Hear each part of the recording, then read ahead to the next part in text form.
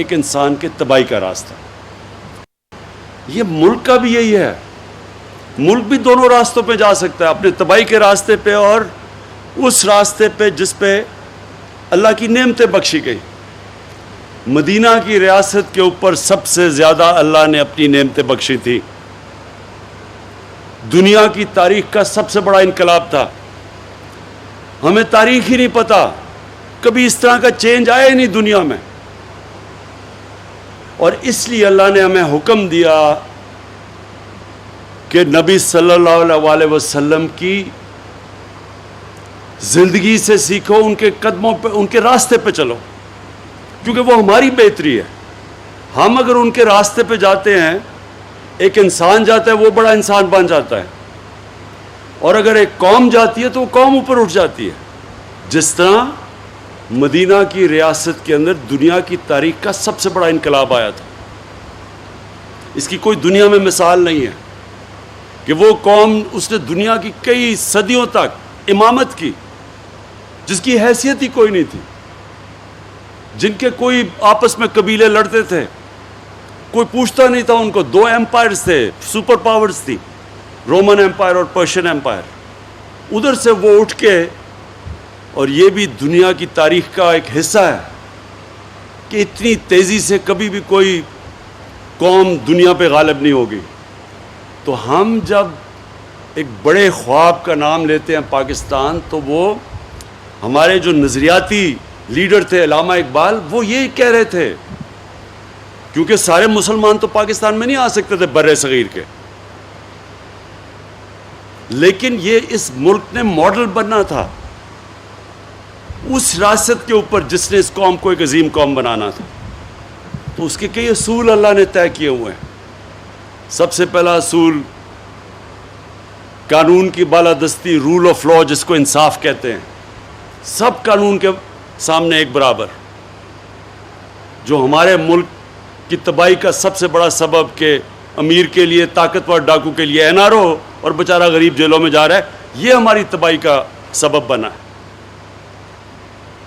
جس کے اوپر میں بار بار یہ حدیث اپنی قوم کو سناتا ہوں کہ دنیا کے عظیم لیڈر نے کہا تھا کہ بڑی قومیں تمہارے سے پہلے تباہ ہوئیں, جدھر طاقتور کے لیے ایک قانون اور غریب بیچارہ جیلوں میں.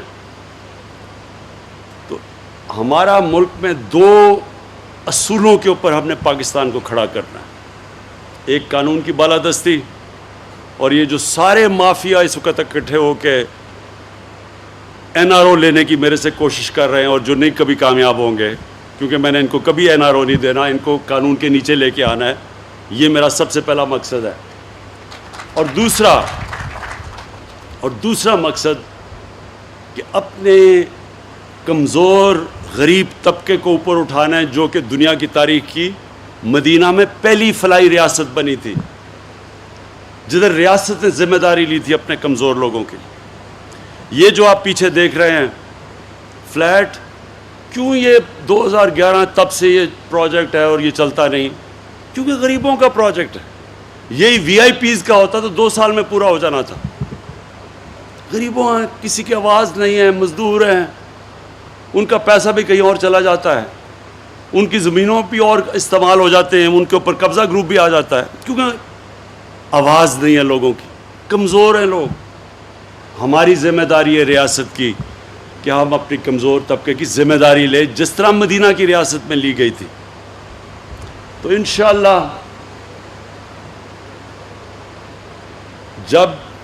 جب بھی ہمارا ٹائم ختم ہوگا, یہ 5 سال ختم ہوں گے, میں یہ دیکھنا چاہتا ہوں کہ پاکستان میں, یہ نہیں میں دیکھنا چاہتا کہ امیر کیسے رہ رہا ہے, میں یہ دیکھنا چاہتا ہوں کہ ہمارا کمزور طبقہ, اس کو ہم نے کیسے اوپر اٹھایا ہے.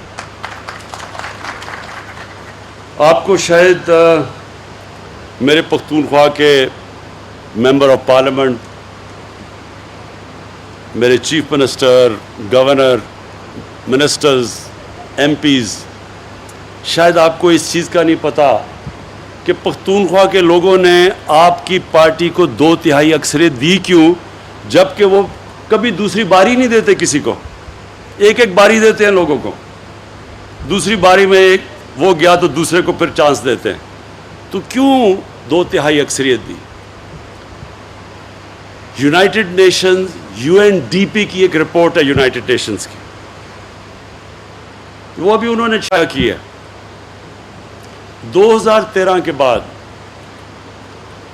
سارے پاکستان کے صوبوں میں جس صوبے کے اندر سب سے تیزی سے غربت کم کی گئی وہ پختونخوا تھا. جس صوبے میں, دوسری چیز, سب سے تیزی سے امیر غریب میں جو فاصلہ تھا وہ کم کیا گیا وہ پختونخوا تھا. اور تیسری چیز UNDP کی رپورٹ میں آئی کہ جس صوبے میں سب سے زیادہ ہیومن ڈیولپمنٹ ہوئی, انسانوں کے اوپر سرمایہ کاری کی گئی, وہ پختونخوا تھا. اس لیے پختونخوا کے باقی لوگوں نے 2/3 اکثریت دی ہمیں. مجھے تب بھی میں سنتا تھا جی کدھر ہے نیا پختونخوا, بڑے بڑے وہاں سے آتے تھے پنجاب کے وہ پولیٹیشین جو آج دم دبا کے لنڈن میں بھاگے ہوئے ہیں اپنا پیسہ بچانے کے لیے اور قانون سے بچنے کے لیے. زیادہ دیر نہیں بچے گا انشاءاللہ, ان کو ہم واپس لے کے آئیں گے, فکر نہ کریں گے. تو یہ یہاں آ کے کہتے تھے کدھر ہے نیا پختونخوا, کیونکہ ان کو تو عادت پڑی ہوئی تھی کہ صرف بڑے بڑے امیر کو امیر کر دو. ان کو تو پتہ ہی نہیں تھا کہ نیچے کیا ہو رہا ہے, کتنا بڑا انقلاب آ رہا ہے. اور انشاءاللہ اس باری جب ہمارے 5 سال مکمل ہوں گے تو جو انقلاب آئے گا وہ سب سے پہلے صحت کا انقلاب. یہ جو ہیلتھ کارڈ ہے, اور میں خراج تحسین پیش کرتا ہوں سب سے پہلے جو صوبہ جس نے سب سے پہلے یونیورسل ہیلتھ کوریج کی, مطلب کہ سارے شہریوں کو کور کیا ہیلتھ انشورنس سے, وہ پاکستان کی تاریخ میں وہ صوبہ, اور آپ کو اس کا اعزاز جاتا ہے محمود خان کہ آپ نے سارے صوبے کے لوگوں کو کور کیا. اور ID کارڈ جو آپ کا ہے, ایک پختونخوا کے شہری کا ID کارڈ کا مطلب کہ اس کا خاندان کو ہیلتھ کوریج پوری مل گئی ہے 10 لاکھ روپے کی. اور اس سے آپ دیکھیں گے کہ پرائیویٹ سیکٹر اب ہسپتال بنائے گا. ہو سکتا ہے کہ آپ کو یہاں محمود خان پیسہ ہی نہ خرچ کرنا پڑے, پرائیویٹ سیکٹر آ کے یہاں ہسپتال لگا دے.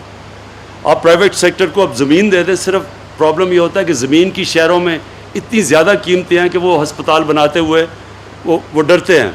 اگر آپ نے ان کی کنسیشن پہ یا زمین دے دی تو پرائیویٹ سیکٹر, کیونکہ اب تو سب کے پاس ہیلتھ کارڈ ہے, تو سب پہلے تو یہ تھا نا جی غریب علاقوں میں جاتا کوئی نہیں تھا پرائیویٹ سیکٹر میں, اب تو ساروں کے پاس ہیلتھ کارڈ ہے. کہیں بھی گاؤں میں بھی اب ہسپتال بن سکتے ہیں, پرائیویٹ سیکٹر آئے گا تو ہو سکتا ہے گورنمنٹ کے آپ کو پیسے نہ لگانے پڑے گا. اور دوسری چیز,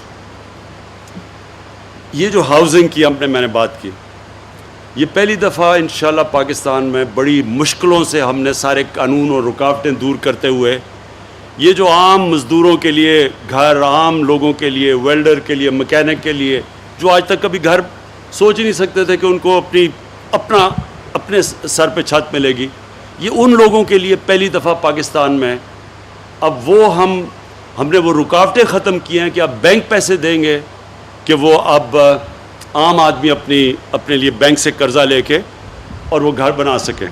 تو انشاءاللہ مجھے یہ جو آپ کا پتہ چلا کہ 5 سال میں وہ جو آپ اس وقت کہا جا رہا ہے کہ 5 سال میں پوری قسطیں کریں, وہ انشاءاللہ ہم آپ کی قسطیں لمبی کر دیں گے تاکہ زیادہ بوجھ, یعنی کہ ایک آدمی جتنا گھر کا کرایہ دیتا ہے اتنی قسط ہونی چاہیے تاکہ وہ قسط بجائے کرائے پہ جائے وہ قسط دے اور اپنا اس کا گھر ہو جائے.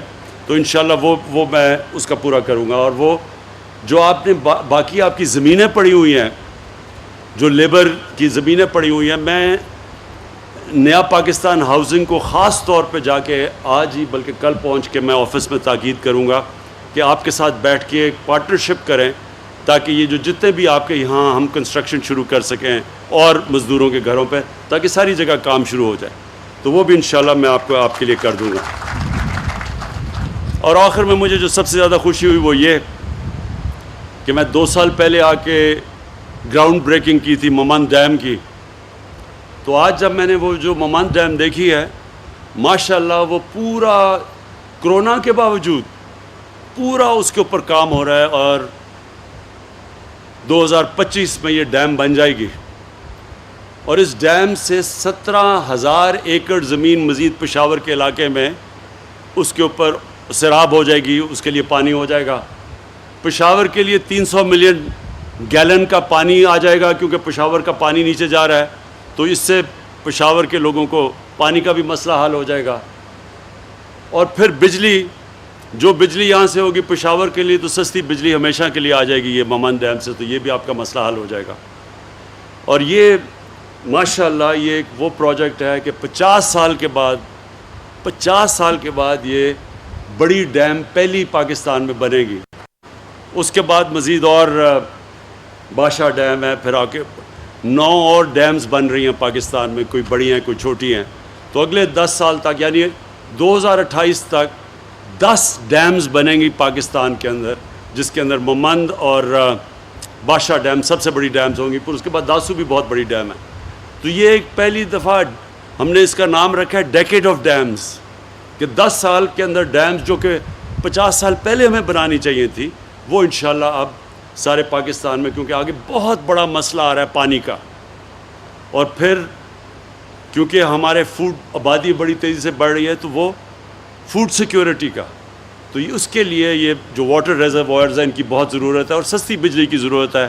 بدقسمتی سے ہم نے ڈیمز اور بنائی نہیں. پاکستان میں تو 50,000 میگا واٹ کا ہم پانی سے بجلی بنا سکتے تھے، اور ہم نے کیونکہ نہیں بنائی تو اتنی مہنگی بجلی آج پاکستان کو پڑ رہی ہے اور قرضے بھی ملک کو بھی مقروض کیا ہوا ہے. تو یہ بھی مجھے آج بڑی خوشی ہے آپ کے مزدوروں کے لیے فلیٹس کا بھی، اور مجھے یہ بھی خوشی ہے کہ بالکل آج جو میں نے ممند ڈیم دیکھی ہے بالکل ٹائم پہ مکمل ہوگی 2025 میں. میں آخر میں پھر سے آپ کو محمود خان پختونخوا، آپ کو اور پختونخوا صوبے کو خاص طور پہ خراج تحسین پیش کرتا ہوں، کیونکہ جو آپ نے ہیلتھ کارڈ، جو آپ نے سب کو ہیلتھ کارڈ دیا ہے، یعنی پختونخوا کا آئی ڈی کارڈ کا مطلب کہ سارے پختونخوا کے شہریوں کے پاس ہیلتھ کارڈ ہے اور کسی بھی ہسپتال میں اپنا علاج کروا سکتے ہیں.